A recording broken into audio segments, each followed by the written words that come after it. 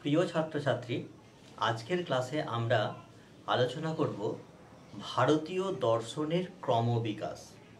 অর্থাৎ ভারতীয় দর্শন উৎস থেকে আজ পর্যন্ত কিভাবে বিকশিত হয়েছে এবং তার শাখা প্রশাখা পল্লবিত হয়েছে, সেই বিষয়ে আমরা আজকের ক্লাসে আলোচনা করব। ইংরেজিতে একে আমরা বলবো যে ডেভেলপমেন্ট অফ ইন্ডিয়ান ফিলোসফি। তাহলে ভারতীয় দর্শনের যে ক্রমবিকাশের ধারাটা আজকের ক্লাসে আমরা বিশদে আলোচনা করব। এই টপিকটি তোমাদের কলিকাতা বিশ্ববিদ্যালয়ের আউটলাইন অফ ইন্ডিয়ান ফিলোসফি অর্থাৎ সেমিস্টার 2 এর যারা জেনারেল স্টুডেন্ট, অনার্স স্টুডেন্ট এবং মাইনর সাবজেক্টে যারা CC2 পেপারটার উপর পাঠ গ্রহণ করতে চলেছ, তাদের একটি অন্যতম সিলেবাসের বিষয়বস্তুই হলো ভারতীয় দর্শনের ক্রমবিকাশ। তো আজকের ক্লাসে আমরা এই টপিকটির উপর ডিটেলসে আমরা আলোচনা করব। তো দেখো, আমরা কতকগুলো পয়েন্টস আকারে কতকগুলো টপিকের উপর হাইলাইট করে করে বিষয়টার আলোচনাটাকে অগ্রসর করে নিয়ে যাব।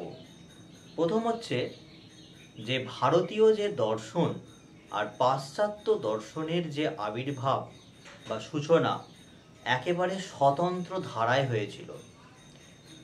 পাশ্চাত্য দর্শনের বিকাশটা কেমনভাবে হয়েছিল না, পাশ্চাত্য দর্শনের বিকাশ হয়েছিল একটা দর্শন উদ্ভব হয়, সেই দর্শনটা কিছুকাল পর্যন্ত তার প্রভাব বিস্তার করে, ধীরে ধীরে সেই দর্শনের প্রভাব কিছুটা হলেও কমতে শুরু করে।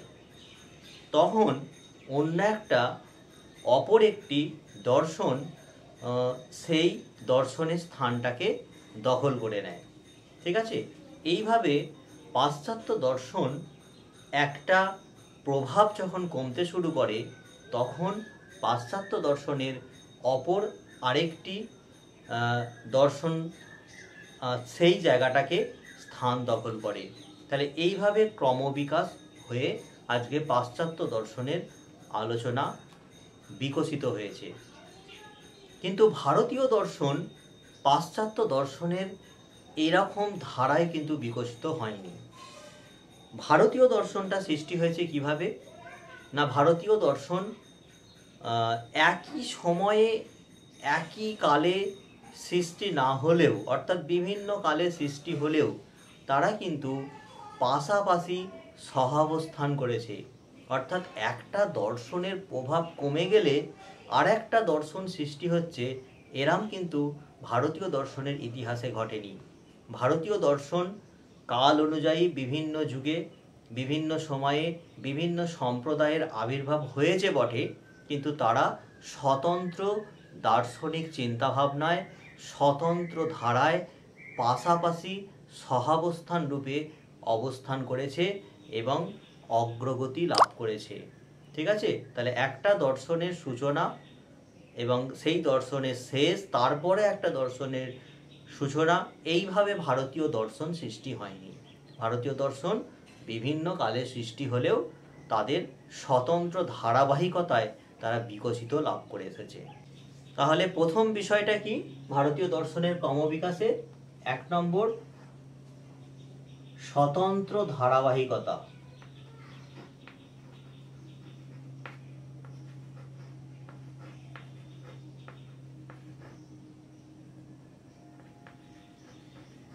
স্বতন্ত্র ধারাবাহিকতা রয়েছে।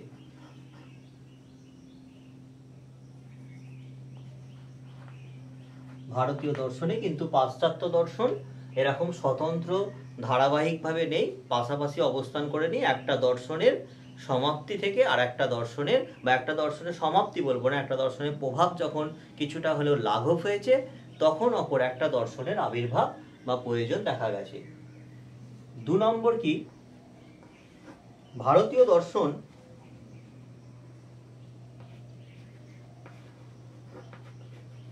দর্শনের সঙ্গে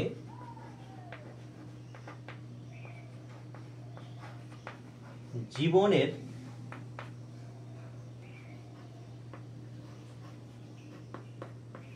গভীর সম্পর্ক ছিল।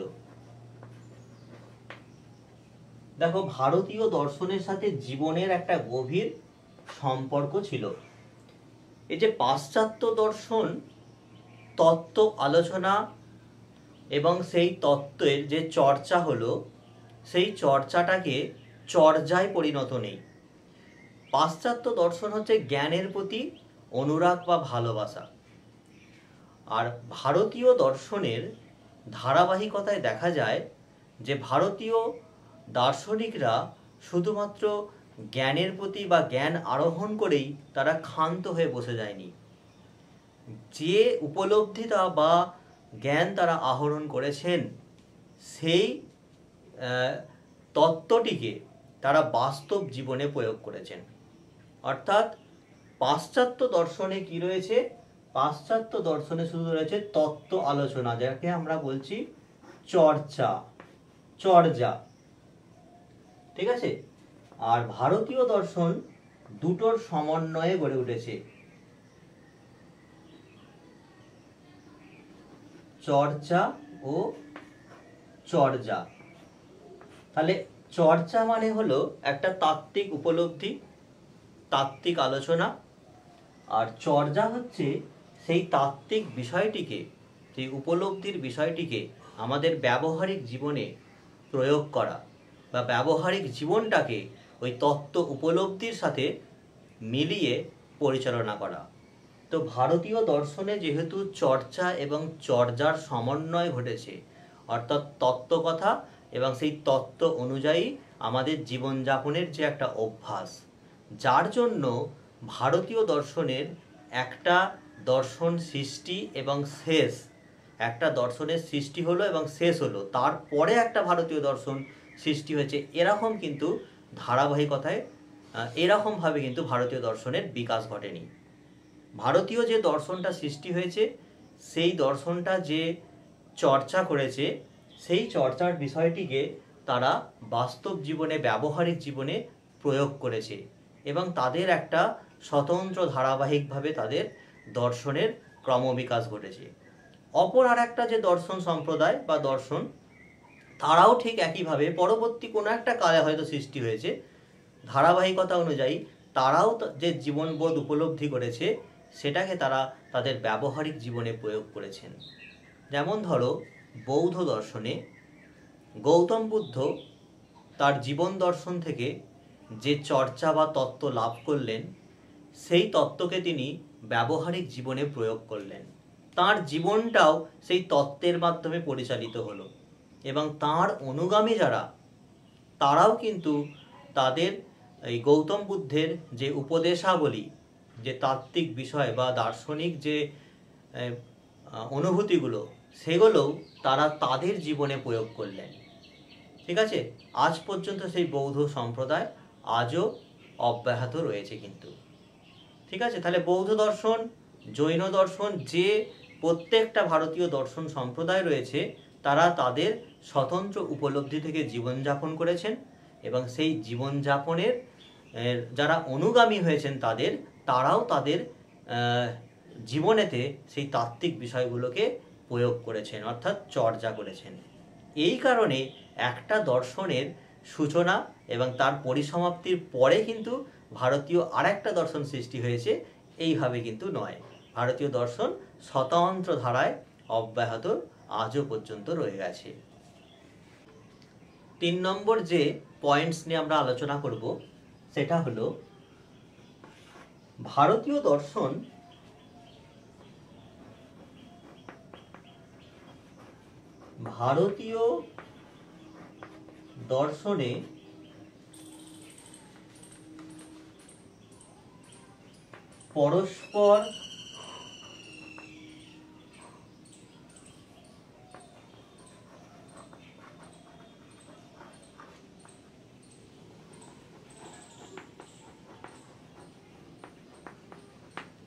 দর্শনে পরস্পর পরস্পরের উপর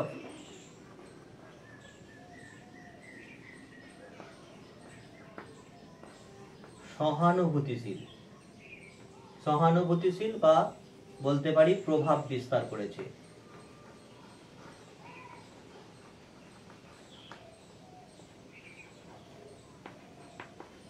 কি বললাম পয়েন্টটা, না ভারতীয় দর্শন বা ভারতীয় দর্শনে যে বিভিন্ন দার্শনিক সম্প্রদায়গুলি গড়ে উঠল বা বিভিন্ন যে দার্শনিক তত্ত্বগুলো আছে তাদের মধ্যে পরস্পরের উপর প্রভাব বিস্তার করছে। ঠিক আছে, ধরো ভারতীয় দর্শন আলোচনার একটা পদ্ধতি রয়েছে। কি না, প্রথমে থাকে পূর্বপক্ষ, তারপরে থাকে খণ্ডন পক্ষ এবং তারপরে থাকে উত্তর পক্ষ। পূর্বপক্ষ হচ্ছে যখন কোনো একটা দার্শনিক কোনো তত্ত্বের আলোচনা করছেন তখন তার পূর্বে যেসব দার্শনিকেরা বা দর্শন সৃষ্টি হয়েছিল তাদের মতবাদগুলিকে শ্রদ্ধা সহকারে সহানুভূতি দিয়ে তাদের মতবাদগুলোকে উল্লেখ করা, তাদের মতবাদগুলোকে শ্রদ্ধা সহকারে জানতে হবে। তারপরে তাদের মতবাদের যদি কোনো ত্রুটি বা দোষ থাকে তাহলে সেগুলোকে তারা খণ্ডন করবে। তাহলে আমি কোনো একটা কারো কথা যদি দোষ ত্রুটি বার করতে যাই তাহলে তার সম্পর্কে বা তার বাক্যগুলি সম্পর্কে আমার বিশদ জ্ঞান অর্জন করতে হবে, শ্রদ্ধা সহকারে জানতে হবে, তবেই আমরা তার বক্তব্যের উপর থেকে কিছু দোষ ত্রুটি খুঁজে বার করতে পারবো, করে তারপরে আমরা খণ্ডন করতে পারবো যে ওনার যুক্তিগুলোর সাথে এই ব্যাপারে কোনো মিল পাওয়া যাচ্ছে না বা যুক্তিযুক্ত বলে মনে হচ্ছে না। তাহলে ভারতীয় দর্শন যে আলোচনা হয়, অন্য মত বা অন্য দর্শন তাতে যে তত্ত্ব কথাগুলো, তাতে যে তাত্ত্বিক বিষয়গুলো আলোচনা করা হয়েছে খুব শ্রদ্ধা সহকারে কিন্তু সেগুলো পাঠ করে। তারপর তার কিছু পরিমার্জন করার দরকার হলে বা দোষ ত্রুটি দেখানোর প্রয়োজন হলে সেগুলোকে তারা দেখান এবং খণ্ডন করেন। তারপরে উত্তর পক্ষে তারা গিয়ে সেই মতগুলোর যথাযথ উত্তর প্রদানের চেষ্টা করে থাকেন। তাহলে এইভাবে পূর্বপক্ষ, খণ্ডন পক্ষ আর উত্তর পক্ষ, এইভাবে ভারতীয় দর্শন পুরো আলোচনা হয়, আলোচনার পদ্ধতি এটা। এখানে তাহলে আমরা দেখতে পাচ্ছি যে প্রত্যেকটা দার্শনিক বা দর্শন সম্প্রদায় তাদের পরস্পরের প্রতি যে সহানুভূতি এবং পাশাপাশি একটা অবস্থান রয়েছে, এর ফলে এদের মধ্যে একটা কি বলবো পারস্পরিক প্রভাব বিস্তার লক্ষ্য করা যায়। ঠিক আছে, তাহলে ভারতীয় দর্শন বিভিন্ন যে সম্প্রদায় তারা একে অপরের সাথে প্রভাব বিস্তার করেছে এবং কি না তাদের যে তাত্ত্বিক আলোচনার দোষ ত্রুটি উত্থাপন করে এবং সেগুলোকে খণ্ডন করে সেই দর্শনকে আরও শ্রদ্ধার জায়গায় নিয়ে গেছেন, আরও উচ্চ তাত্ত্বিক আলোচনার দিকে নিয়ে যেতে পেরেছেন ভারতীয় দর্শন সম্প্রদায়। এই জন্য সুদূর প্রাচীনকালে ভারতীয় দর্শন সৃষ্টি হলেও আজও সেই ভারতীয় দর্শনের ধারাবাহিকতা একদম সমগতিতে কিন্তু বয়ে চলেছে। যদি কোনো একটা তাত্ত্বিক বা কোনো একটা দার্শনিক সম্প্রদায় অন্যের দর্শনের প্রতি শুধুমাত্র শ্রদ্ধা না রেখে যদি তার আলোচনা করত তাহলে হয়তো ভারতীয় দর্শন সম্প্রদায় সেই বৈদিক সময়কাল থেকে যে দর্শনের সৃষ্টি হয়েছে সেখান থেকে আজ পর্যন্ত হয়তো সেই ধারাবাহিকতা আর থাকতো না, সেটা বিনষ্ট হয়ে যেত। একে অপরের প্রতি, এক দর্শন অন্য দর্শনের প্রতি এই শ্রদ্ধার মনোভাব রেখেছেন বলেই ভারতীয় দর্শন আজও একই ধারায় কিন্তু একই গতিতে কিন্তু ভারতীয় দর্শনের স্রোত বয়ে চলেছে। কিন্তু এরপরে যে পয়েন্ট নিয়ে আমরা আলোচনা করব সেটি হলো বেদ ও উপনিষদকে কেন্দ্র করে ভারতীয় দর্শনের উদ্ভব। পয়েন্টসটা কি বললাম, বেদ ও উপনিষদ, বেদ ও উপনিষদকে কেন্দ্র করে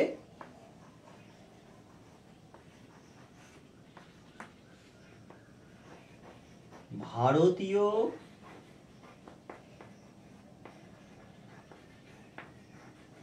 দর্শনের উদ্ভব। তো বেদ ও উপনিষদকে কেন্দ্র করে ভারতীয় দর্শনের উদ্ভব হয়েছে। ঠিক আছে, দেখো বেদই হলো ভারতীয় প্রাচীন দর্শন। বেদের যে রচনাকাল, বেদের এক সময় বেদের রচনাকাল সম্পর্কে নয় ঠিক ঐতিহাসিক বা দার্শনিক মহলে সঠিক মতবাদ নেই, মতবিরোধ দেখা যায়। কেউ কেউ বলছেন বেদের রচনাকাল হয়েছে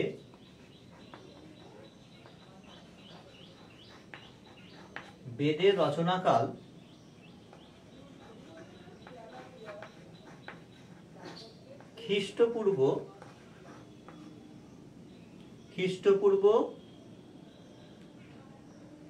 4500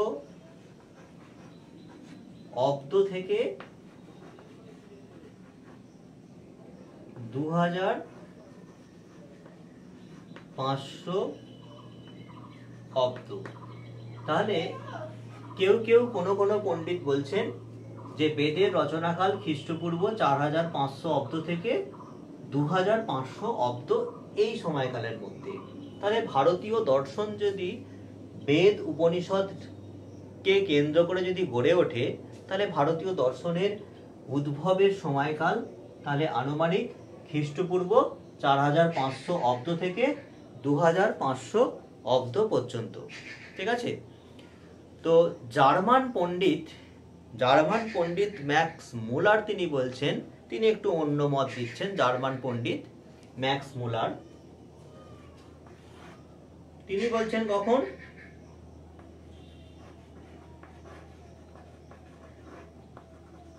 খ্রিস্টপূর্ব 1200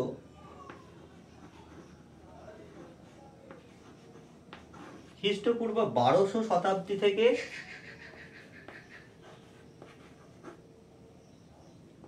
600 শতাব্দী।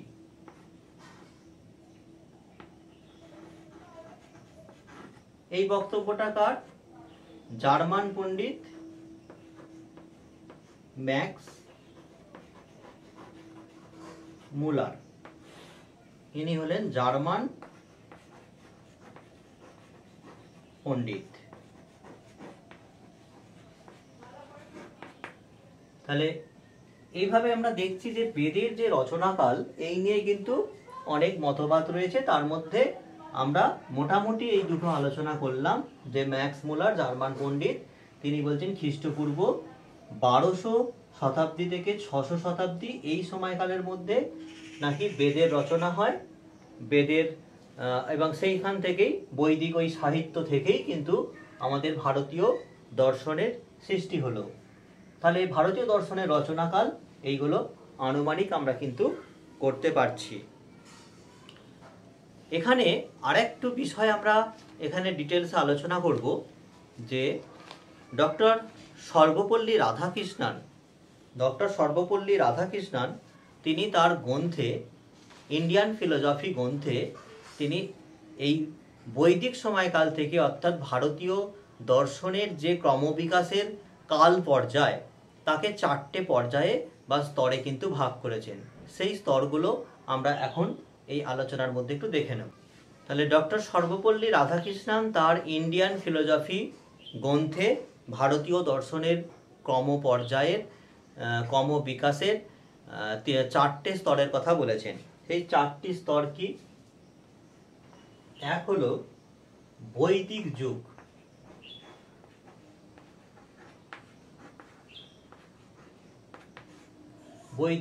এই স্তরগুলো তিনি কোথায় বলছেন? ইন্ডিয়ান ফিলোসফি, ঠিক আছে, ইন্ডিয়ান ফিলোসফি গ্রন্থে ডক্টর সর্বপল্লী রাধাকৃষ্ণন বলছেন বৈদিক যুগ হলো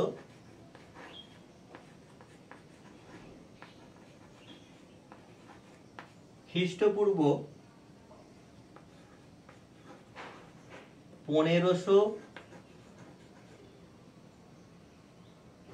1500 থেকে 600 অব্দ,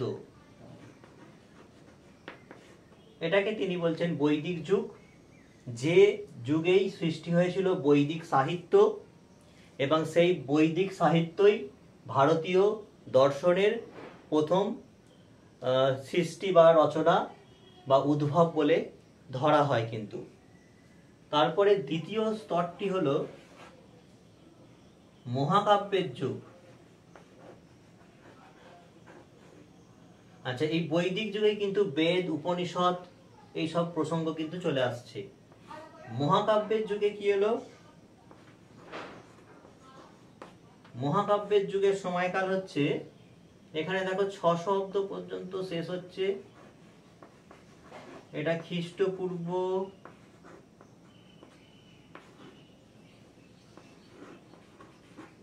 600 থেকে 200 অব্দ পর্যন্ত, এই সময়কালের মধ্যে এটা হচ্ছে মহাকাব্যের যুগ। এখানে মহাভারত, বৌদ্ধ, জৈন, বৈষ্ণব এইসব বিভিন্ন চিন্তাধারার কিন্তু বিকাশ বা উদ্ভব হয়েছিল এই মহাকাব্যের যুগে, যেটা হলেন খ্রিস্টপূর্ব 600 থেকে 200 অব্দ পর্যন্ত। 3 নম্বর স্তরটা কি? সূত্র যুগ।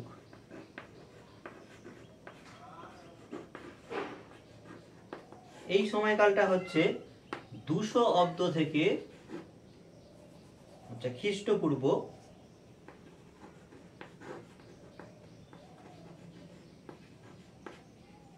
200 অব্দ থেকে শুরু। এটা 200 অব্দ থেকে শুরু হয়েছে সূত্র যুগ। আর একটা যুগ সূত্র যুগের পরে এলো, সেটা হলো পাণ্ডিত্য যুগ।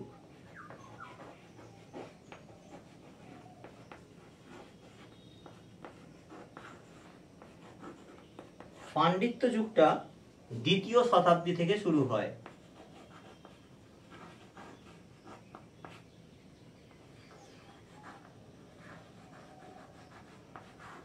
দ্বিতীয় শতাব্দী থেকে শুরু হয়েছে পাণ্ডিত্য যুগ। এই পাণ্ডিত্য যুগটা কেমন না, এখানে বিভিন্ন ভাষ্যকার, টিকাকার, টিপ্পণীকার এইসবের বিভিন্ন পণ্ডিতের আবির্ভাব হয়। যেমন ধরো উদয়ন, কুমারিল ভট্ট, রামানুজ, শঙ্কর, মাধব, জয়ন্ত ভট্ট, বিজ্ঞান ভিক্ষু, রঘুনাথ শিরোমণি প্রভৃতি বিভিন্ন পণ্ডিতদের আবির্ভাব হয়েছিল, যারা এই সূত্র যুগে যে তত্ত্বগুলোকে সূত্র আকারে বাঁধা হয়েছিল, সেই তত্ত্বগুলোর তারা ভাষ্য, টিকা, টিপ্পণী বা বিশদ ব্যাখ্যা বা আলোচনা উপস্থাপন করেছিলেন, যার জন্য ওই সময়টাকে কিন্তু বলা হয় পাণ্ডিত্যের যুগ। ঠিক আছে, কয়েকজন পণ্ডিতের নাম বললাম, তোমরা অবশ্যই এটা নোট করে রেখে দাও। তাহলে আমরা দেখলাম ডক্টর সর্বপল্লী রাধাকৃষ্ণন কিভাবে ভারতীয় দর্শনের ক্রমবিকাশের 4টি স্তরকে আলোচনা করলেন। এবার আমরা এই 4 নম্বর পয়েন্টে বেদ ও উপনিষদকে কেন্দ্র করে যে ভারতীয় দর্শনগুলোর বা ভারতীয় দার্শনিক সম্প্রদায়গুলির উদ্ভব হলো, সে ব্যাপারে আরেকটু আমরা ডিটেলসে একটু আলোচনা করে নিই। দেখো, খ্রিস্ট জন্মের প্রায় 2000 বছর পূর্বে ভারতে একটা জাতির আবির্ভাব হয়, সেটা হচ্ছে আর্য জাতি। সেই আর্যদের ভারতে আগমন ঘটে। তার কিছু পরে ঋক সংহিতার বিভিন্ন স্তোত্র রচিত হলো। বিষয়টা দেখো, খ্রিস্ট জন্মের 2000 বছর পূর্বে, 2000 বছর পূর্বে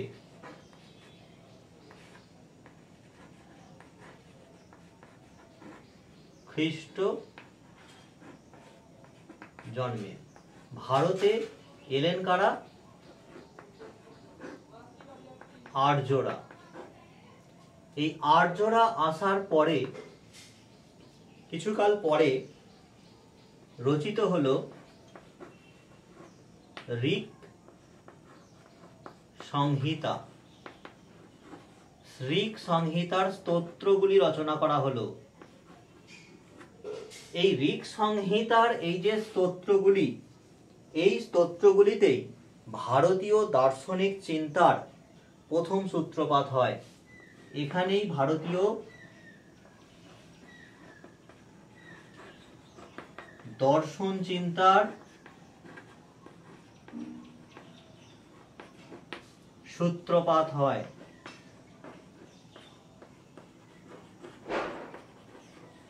তাহলে ভারতীয় দার্শনিক চিন্তার সূত্রপাত কোথায় হলো? আর্যরা ভারতবর্ষে এলো, ঋক সংহিতার স্তোত্র রচিত হলো, তার এই স্তোত্রগুলোই ভারতীয় দর্শন চিন্তার প্রথম সূত্রপাত হয়েছিল। তাহলে ঋক সংহিতার দর্শনের যে চর্চার সূত্রপাত হলো ঋক সংহিতা রচনার, ঋক সংহিতার মধ্য দিয়ে, স্তোত্রগুলোর মধ্য দিয়ে, সেই গতি আজও পর্যন্ত ভারতীয় দর্শনকে কি করব, ভারতীয় দর্শনকে একেবারে সমৃদ্ধ করে রেখেছে। অব্যাহত ধারায় কিন্তু আজও বহন করে চলেছে কিন্তু ভারতীয়রা।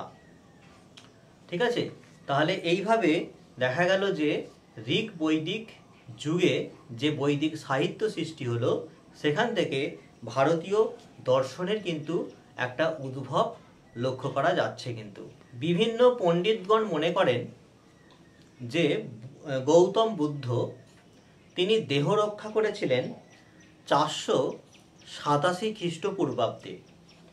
তো গৌতম বুদ্ধের এই দেহ রক্ষার কালটাকে যদি আমরা মধ্যস্থলে রাখি, তাহলে তার আগে যে সময়টা ছিল সেইটাকে বলা হয় বৈদিক যুগের শেষ।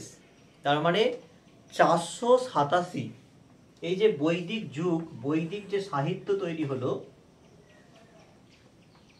এই বৈদিক যে সাহিত্যের মধ্যে ভারতীয় দর্শন চিন্তা শুরু হলো, সেখানে আমরা যদি 487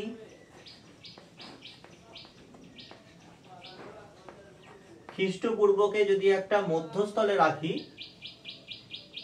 যেখানে পণ্ডিতরা বলছেন যে এখানে এই সময়েতেই গৌতম বুদ্ধ দেহ রক্ষা করেছিলেন, তাহলে বলা যাবে ভারতীয় দর্শন, ভারতীয় দার্শনিক চিন্তা ভাবনা দুটো স্তরেতে ভাগ হয়ে যাবে। একটা বৈদিক যুগের শেষ, মানে এই সময়কালটা বৈদিক যুগের শেষ, আর গৌতম বুদ্ধের দেহ রক্ষার পর থেকে শুরু হবে ভারতীয় দর্শন সম্প্রদায়।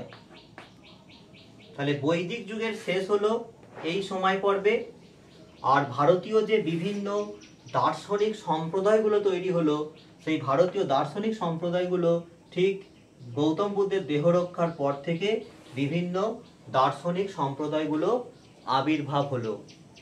এই যে বৈদিক যুগের যে যুগটা, সেই সময়কালে যে বৈদিক সাহিত্য, সেখানে প্রথমত বা প্রধানত দেখা যায় যে সেখানকার মুনি ঋষিদের সমস্ত কিছু যা রয়েছে মুনি ঋষিদের প্রতিভাত। কিন্তু এইখানে যে দার্শনিক সম্প্রদায়গুলো গড়ে উঠল, সেই দার্শনিক সম্প্রদায়গুলো, তাদের মধ্যে দর্শন চেতনার বিকাশ কিন্তু ধীরে ধীরে কিন্তু শুরু হলো কিন্তু। ঠিক আছে, যেখান থেকে ভারতীয় দর্শনের বিভিন্ন সম্প্রদায়ের উদ্ভব ঘটে। এবার এই ভারতীয় দর্শনের সম্প্রদায় যে উদ্ভব হলো, এই ভারতীয় দর্শনের সম্প্রদায়কে আবার দুটো ভাগে ভাগ হয়ে যাবে। একটা হলো বেদ উপনিষদ নির্ভর, এবং আরেকটা হলো বেদ উপনিষদের বিরোধী দল হিসাবে। বেদ এবং উপনিষদের যারা প্রামাণ্যকে মানছেন, তারা আস্তিক সম্প্রদায়ের অন্তর্ভুক্ত হয়ে যাবে। তাহলে এই শাখা থেকে ভারতীয় যে দর্শন সম্প্রদায় এরা আবার দুটো ভাগে ভাগ হয়ে যাবে। একজনটা বেদের উপর বৈদিক চিন্তাভাবনা, বৈদিক সাহিত্য, বৈদিক যে প্রামাণ্যগুলো তার উপর নির্ভর করবে, তারা হয়ে যাবে আস্তিক সম্প্রদায়। আর একটা সম্প্রদায় বেদের বিরোধিতা করে তাদের জন্ম হবে, সেটা হলো নাস্তিক সম্প্রদায়। বোঝা গেল এই ধারাবাহিকতাটা, যে ভারতীয় দর্শন কিভাবে একেবারে বিকশিত হলো, শাখা প্রশাখা পল্লবিত করলো। তাহলে আস্তিক সম্প্রদায় এবং নাস্তিক সম্প্রদায় এই দুটো অংশে কিন্তু ভাগ হয়ে গেল। এবার ভারতীয় যে দার্শনিক মোট সম্প্রদায় আমরা জানি টোটাল 9টি সম্প্রদায় রয়েছে। তার মধ্যে আস্তিক সম্প্রদায়ের সংখ্যা হলো 6টি, আর নাস্তিক দর্শনের সম্প্রদায়ের সংখ্যা হচ্ছে 3টি। তাহলে মোট 9টি ভারতীয় দর্শন সম্প্রদায় সৃষ্টি হবে, এবং সেটা নাস্তিক হচ্ছে 3টি এবং আস্তিক হচ্ছে 6টি। এবার ভারতীয় এই যে দর্শন সম্প্রদায়গুলো সৃষ্টি হলো, একদম এক কালেই যে সৃষ্টি হয়েছে তা নয়, কিন্তু তাও প্রত্যেকটা দর্শন সম্প্রদায়, আমি পূর্বের আলোচনাতেই বলেছি, প্রথম দিকে আলোচনাটাতেই, যে প্রত্যেকটা ভারতীয় সম্প্রদায় তারা অন্যের মতের প্রতি শ্রদ্ধা, সহানুভূতি এসব রেখে ধীরে ধীরে অগ্রসর হবে, এবং তারা যে দর্শন উপলব্ধি করবে, তারা যে তত্ত্বের উপলব্ধি করবে, সেগুলো তারা তাদের জীবনে প্রয়োগ করবে, সেই মতো তাদের অনুগামীরাও তাদের জীবনযাপন করবে। ঠিক আছে? কেউ কোনো দর্শনের প্রতি কিন্তু একেবারে চরম বিদ্বেষ করছে বা অশ্রদ্ধা করছে এরকম নয়। ভারতীয় দর্শন প্রত্যেক দর্শনের প্রতি শ্রদ্ধাশীল থেকে পাশাপাশি সমানভাবে স্বতন্ত্র ধারায় কিন্তু বজায় রয়েছে। এই কারণে ভারতীয় দর্শনের প্রত্যেকটা সম্প্রদায় আজ পর্যন্ত একই ধারায় কিন্তু এগিয়ে চলেছে, কারণ স্বতন্ত্র এক ধারায় কিন্তু তারা এগিয়ে চলতে পারছে, যেহেতু অন্যের মতের প্রতি তাদের শ্রদ্ধা, সহানুভূতি এসবগুলো রয়েছে। কিন্তু তাহলে আমরা কি দেখলাম, যে ভারতীয় দর্শনের ক্রমবিকাশটা কিভাবে হলো। তো দেখো, ক্রমবিকাশটা হলো বেদ উপনিষদ, ওকে, তারপরে এলো বেদ উপনিষদ ছিল কিন্তু মৌখিক বিষয়, কারণ আমরা জানি বেদের অপর নাম হচ্ছে শ্রুতি। গুরু এবং শিষ্য তারা একে অপরের শ্রবণের মধ্য দিয়ে তারা ওই তাত্ত্বিক বিষয়গুলোকে তারা মনে রাখত বা জ্ঞান আহরণ করত। তো সেখানে ছিল মৌখিক বিষয়, লিখিত রূপ ছিল না। তারপর দার্শনিক তত্ত্বগুলোর একটা দার্শনিক যে বিভিন্ন চিন্তাগুলো, সেই চিন্তাগুলোকে তারা কিন্তু এবার লিখিত রূপ দেওয়ার প্রচেষ্টা করলো, এবং সেই লিখিত রূপগুলো এক একটা সূত্র আকারে লেখা হলো, যার ফলে মৌখিক থেকে যে লিখিত রূপ এলো সেটার প্রথম স্তর হলো সূত্র। ঠিক আছে? দ্বিতীয় স্তর হবে সূত্র থেকে আসবে ভাষ্য, ভাষ্য থেকে আসবে টিকা, টিকা থেকে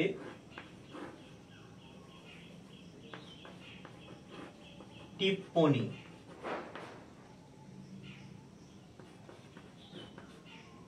ঠিক আছে? আবার টিপ্পণীরও আবার টিপ্পনী রচনা হবে।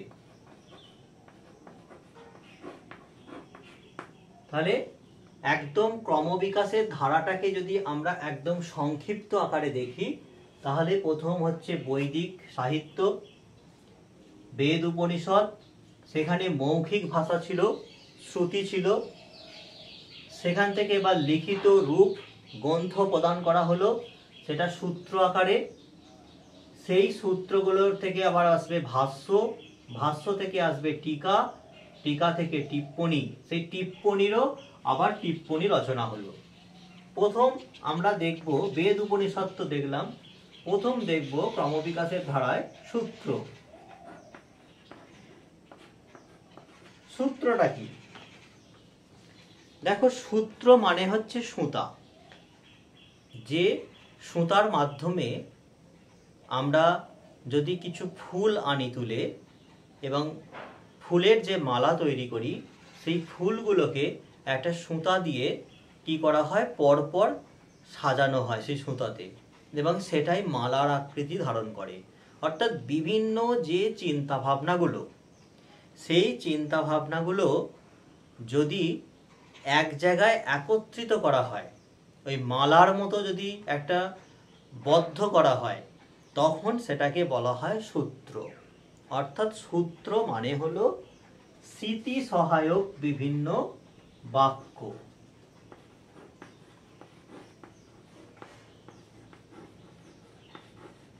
যা স্মৃতি সহায়ক।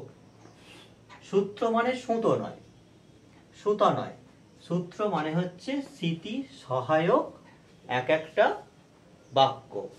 সেই স্মৃতি সহায়ক যে বাক্যগুলো, তাদের দার্শনিক চিন্তা ভাবনাগুলো এক একটা ওই স্মৃতি সহায়ক বাক্যে লিপিবদ্ধ করা হলো, সেইগুলোকেই বলা হয় আসলে সূত্র।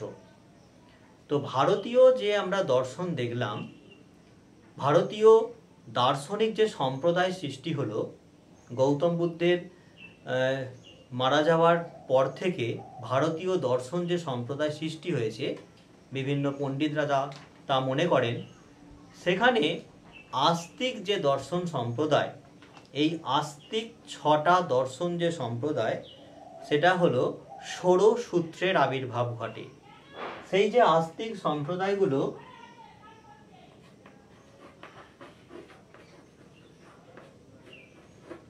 আস্তিক যে সম্প্রদায়, যারা বেদের প্রামাণ্যের উপর ভিত্তি করে গড়ে উঠল, এই প্রত্যেকটা আস্তিক সম্প্রদায়, এটা 6টি বিভাগ। কি কি? সাংখ্য, যোগ, ন্যায়, বৈশেষিক, মীমাংসা এবং বেদান্ত। এই যে 6টা সম্প্রদায়, এই 6টা সম্প্রদায়ের দার্শনিক, প্রত্যেক দার্শনিকগণ তাদের চিন্তা ভাবনাগুলোকে, সুচিন্তিত অনুভূতিগুলোকে তারা মালাবদ্ধ করলেন এবং সেগুলো এক একটি গ্রন্থের আকার নিল। সেই গ্রন্থগুলোই হলো সূত্র গ্রন্থ। ঠিক আছে? এবার এই যে আস্তিক 6টা সম্প্রদায়, এই 6টা সম্প্রদায়ের কি কি সূত্র গ্রন্থ রয়েছে, সেটা আমরা একটা লিস্ট আকারে কিন্তু আজকের ক্লাসে প্রথম দেখে নিই। সূত্র গ্রন্থগুলো কি কি? 1 নম্বর হচ্ছে সাংখ্য দর্শন।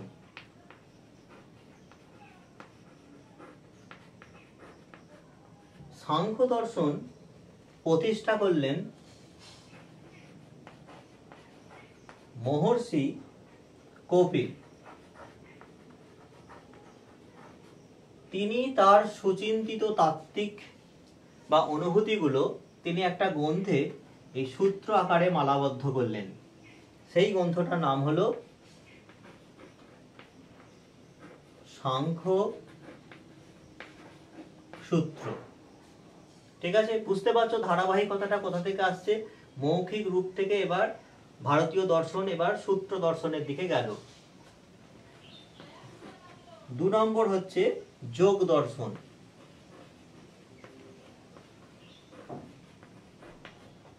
যোগ দর্শনের প্রতিষ্ঠাতা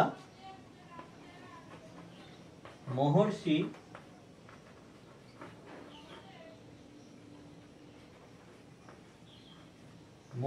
পতঞ্জলি। তিনি তার তাত্ত্বিক অনুভূতিগুলোকে, দার্শনিক মতবাদগুলিকে, তত্ত্বগুলোকে যে সূত্রে মালাবদ্ধ করলেন, সেটি হলো যোগ সূত্র। ঠিক আছে? 3 নম্বর ন্যায় দর্শন।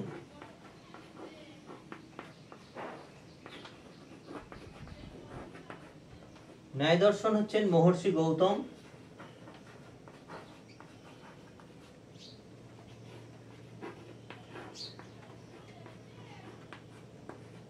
ন্যায় সূত্র।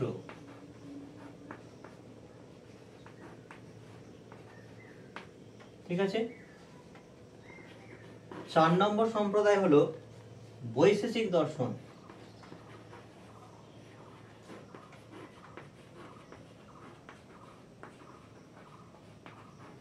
বৈশেষিক দর্শন মহর্ষি কণাদ।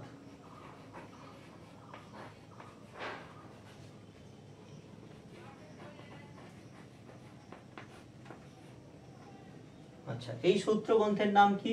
বৈশেষিক সূত্র।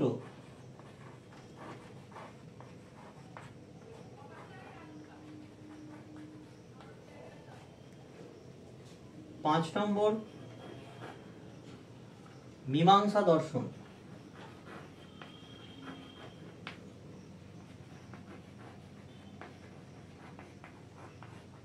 মীমাংসা দর্শনের প্রতিষ্ঠাতা মহর্ষি জৈমিনী।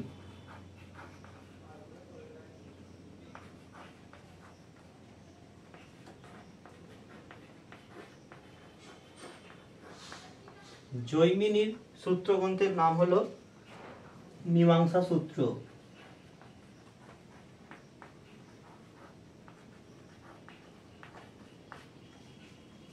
আর 6 নম্বর হলো বেদান্ত দর্শন।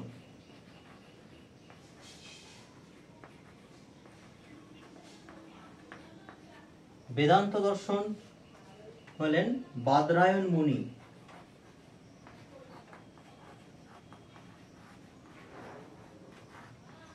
বাদরায়ণ মুনি এটা হলেন ব্রহ্মসূত্র।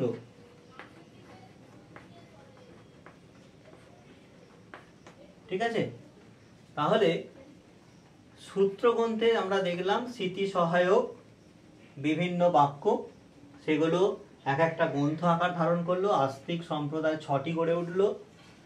সাংখ্য দর্শন মহর্ষি কপিল সাংখ্যসূত্র, যোগ দর্শন মহর্ষি পতঞ্জলির যোগসূত্র, ন্যায় দর্শন মহর্ষি গৌতমের ন্যায়সূত্র, বৈশেষিক দর্শন মহর্ষি কণাদের বৈশেষিক সূত্র, মীমাংসা দর্শন মহর্ষি জৈমিনীর মীমাংসা সূত্র, বেদান্ত দর্শন বাদরায়ণ মুনির ব্রহ্মসূত্র গ্রন্থ। তাহলে এইভাবে সূত্র গ্রন্থ গঠিত হলো কোথা থেকে? সেই মৌখিক বিষয় থেকে। ঠিক আছে, মৌখিক বিষয় থেকে এক একটা গ্রন্থের আকার ধারণ করলো এবং সেই গ্রন্থগুলো কিন্তু লেখা হলো সূত্র আকারে। এবার এই সূত্রগুলো কিন্তু মহর্ষিরা তো লিখলেন, তারা তাদের অনুভূতিতে লিখলেন, কিন্তু পরবর্তীকালে এই সূত্রগুলোর দার্শনিক তত্ত্ব আলোচনা করতে গিয়ে বিভিন্ন সমস্যা দেখা দিল। বিভিন্ন জন বিভিন্নভাবে সেই সূত্রের বা তাত্ত্বিক আলোচনা করছেন, যার ফলে একটা সমস্যা দেখা দিল।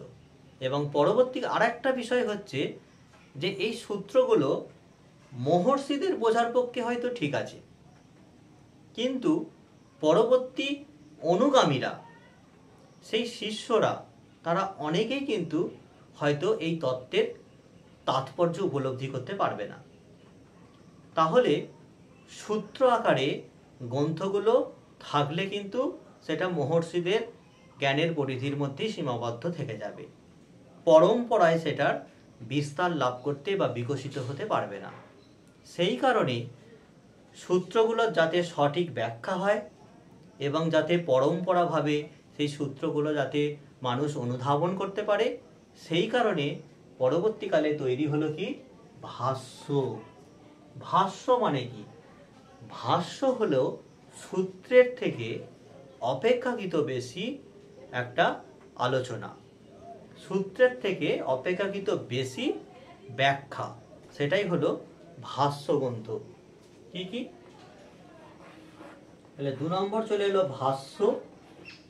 সূত্রের কি বলবো? বিশদ ব্যাখ্যা।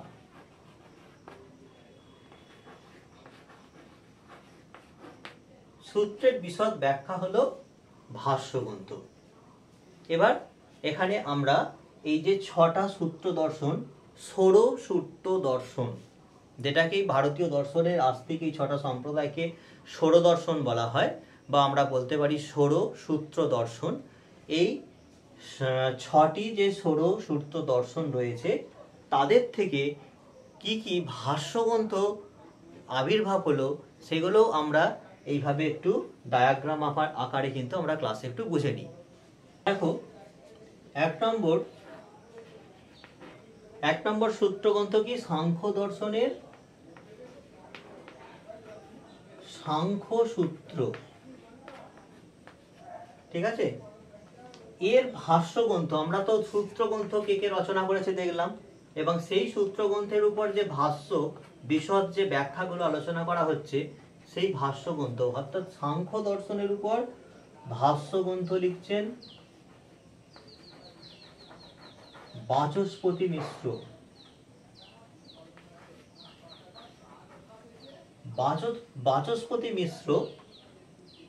বাচস্পতি মিশ্রের হলো তত্ত্বকৌমুদী।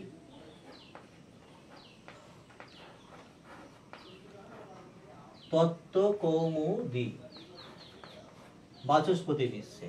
তো সাংখ্য সূত্রের উপর আরো অনেক কিন্তু ভাষ্যগ্রন্থ রচনা হয়েছে। বাচস্পতি মিশ্রের তত্ত্বকৌমুদী,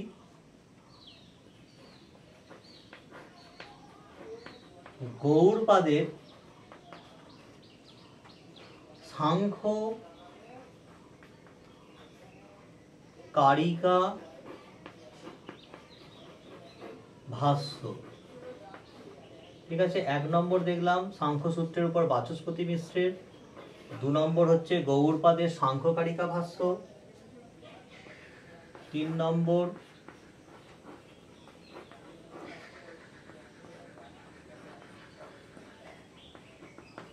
বিজ্ঞান ভিক্ষুর সাংখ্য প্রবচন,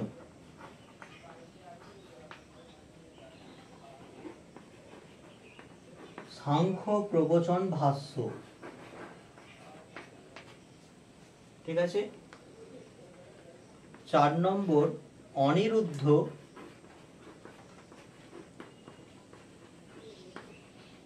অনিরুদ্ধের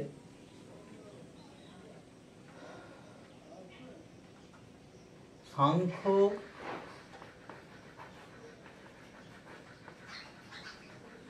প্রবচন সূত্রবৃত্তি। ঠিক আছে, সাংখ্য প্রবচন সূত্রবৃত্তি। তাহলে এইভাবে সাংখ্য দর্শনের কিছু ভাষ্যগ্রন্থ এখানে গড়ে উঠেছে। আচ্ছা, দু নম্বর হলো যোগসূত্র।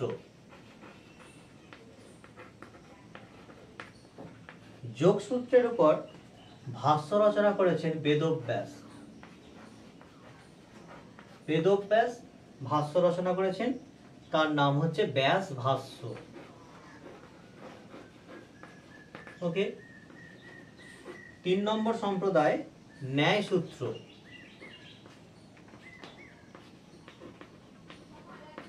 ন্যায় সূত্রের উপর ভাষ্য লিখছেন প্রথম ভাষ্যকার বাৎসায়ন। প্রথম ভাষ্যকার হলেন বাৎসায়ন।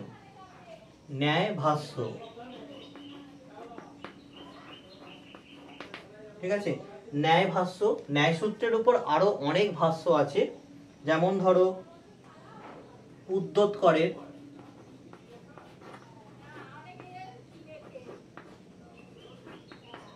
উদ্যোতকরের রয়েছে ন্যায়বাত্তিক।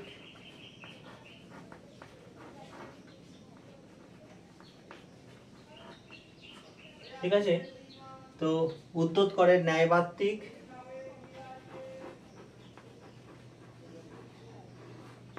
বাচস্পতি মিশ্র ন্যায়বাত্তিক তাৎপর্য টিকা।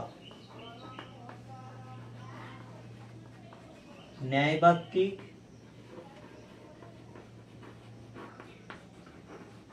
তাৎপর্য টিকা বাচস্পতি মিশ্রের। জয়ন্ত ভট্টের ন্যায়মঞ্জুরি রয়েছে। ঠিক আছে, এরকম অনেক ভাষ্যগ্রন্থ ন্যায় দর্শনে রয়েছে। কিন্তু 4 নম্বরে চলে আসো বৈশেষিক সূত্র।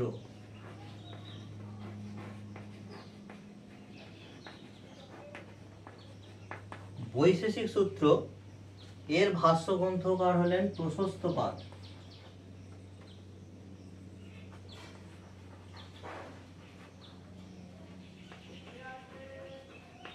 প্রশস্তপাদ।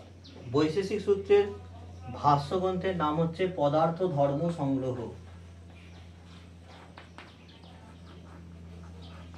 পদার্থ ধর্ম সংগ্রহ। এরপরে 5 নম্বর মীমাংসা সূত্র।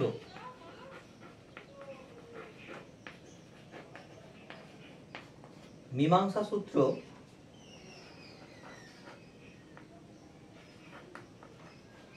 সবর স্বামী,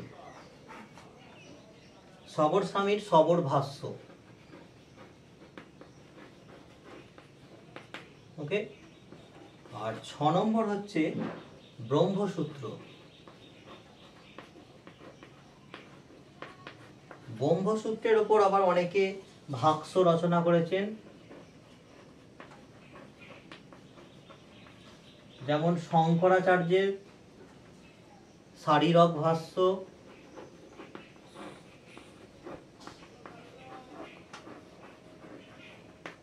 ঠিক আছে, রামানুজের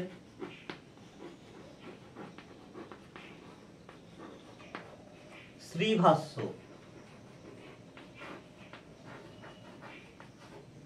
ঠিক আছে, নিম্বাকের বেদান্ত পরিজ্ঞাত সৌরভ,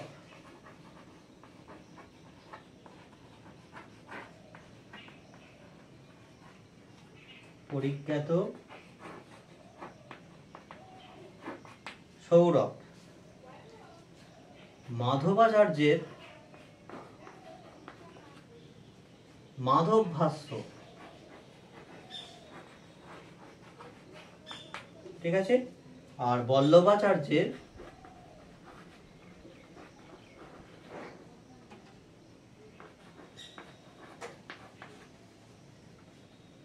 অনুভাষ্য।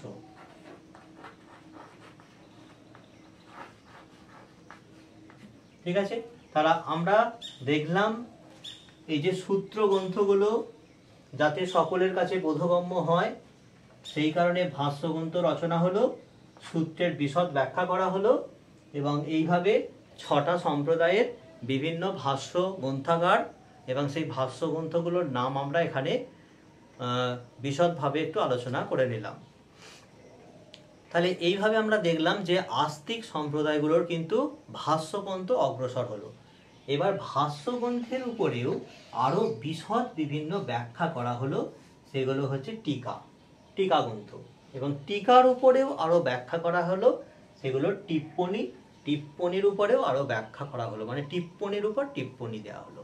ঠিক আছে, এইভাবে আস্তিক যে ষোড়সূত্র দর্শন তাদের কিন্তু সূত্র থেকে ভাষ্য, টিকা এবং টিপ্পনির মধ্যে অগ্রসর বা ক্রম বিকাশ ঘটেছে। এবার আস্তিক যে সম্প্রদায় তার বিপরীতে রয়েছে কিন্তু নাস্তিক সম্প্রদায়। নাস্তিক সম্প্রদায়গুলো কিন্তু কোনো সূত্র গ্রন্থ, সূত্র দর্শন নয়। নাস্তিক সম্প্রদায় বলতে কোনগুলো? চার্বাক, বৌদ্ধ, চার্বাক, জৈন এবং বৌদ্ধ। এই যে 3টে নাস্তিক সম্প্রদায়, এদের ভারতীয় দর্শনে আবির্ভাব হলো কিভাবে? বেদ বিরোধিতা করে, বেদের প্রামাণ্যগুলোকে বিরোধিতা করে না মেনে তাদের সৃষ্টি হলো। এরা কিন্তু কোনো সূত্র গ্রন্থের মধ্য দিয়ে সূত্র, ভাষ্য, টিকা এইভাবে কিন্তু নাস্তিক দর্শনের ক্রমবিকাশ কিন্তু ঘটেনি। নাস্তিক দর্শনের বিকাশ হয়েছে যে দার্শনিক, যেমন বৌদ্ধ দর্শন, বৌদ্ধ দর্শনের প্রতিষ্ঠাতা হলেন গৌতম বুদ্ধ। তিনি তার উপদেশাবলী, যেগুলো উপদেশাবলী তার পরবর্তী শিষ্যদেরকে তিনি দিতেন, সেই উপদেশাবলীর মধ্য দিয়েই কিন্তু বৌদ্ধ দর্শন অগ্রগতি লাভ করেছে। জৈন দর্শন, জৈন দর্শনে কিন্তু যে তীর্থাঙ্কর আসেন, সেই তীর্থাঙ্কর তাদের যে উপদেশাবলী, সেই উপদেশাবলীর মধ্য দিয়ে তাদের দর্শনের অগ্রগতি লাভ করেছে। আর আরেকটা নাস্তিক দর্শন হচ্ছে চার্বাক। চার্বাক দর্শনের উদ্ভবটা কিন্তু আবার একটু অন্যরকম। তারা বেদের প্রামাণ্যকেও অস্বীকার করছেন, নাস্তিক সেই কারণে, আবার অন্য যে নাস্তিক সম্প্রদায় বৌদ্ধ জৈন এদের মতবাদকেও কিন্তু তারা অস্বীকার করছেন। এই জন্য চার্বাক দর্শন একটা জড়বাদী ভোগবাদী দর্শন রূপে অর্থাৎ আধ্যাত্মবাদের বিরোধিতা হিসাবে চার্বাক দর্শনের কিন্তু সৃষ্টি হয়েছে। দেখো জৈন আর বৌদ্ধ এরা কিন্তু নাস্তিক হতে পারে কিন্তু আধ্যাত্মবাদী, ঠিক আছে, কিন্তু চার্বাক নাস্তিক এবং আধ্যাত্মবাদী। তাহলে নাস্তিকতা, বেদের বিরোধিতা এবং আধ্যাত্মিকতা, এই দুটো দিক থেকে বিরোধিতার মধ্য দিয়ে চার্বাক দর্শনের এবং ভোগবাদী দর্শনের আবির্ভাব হলো।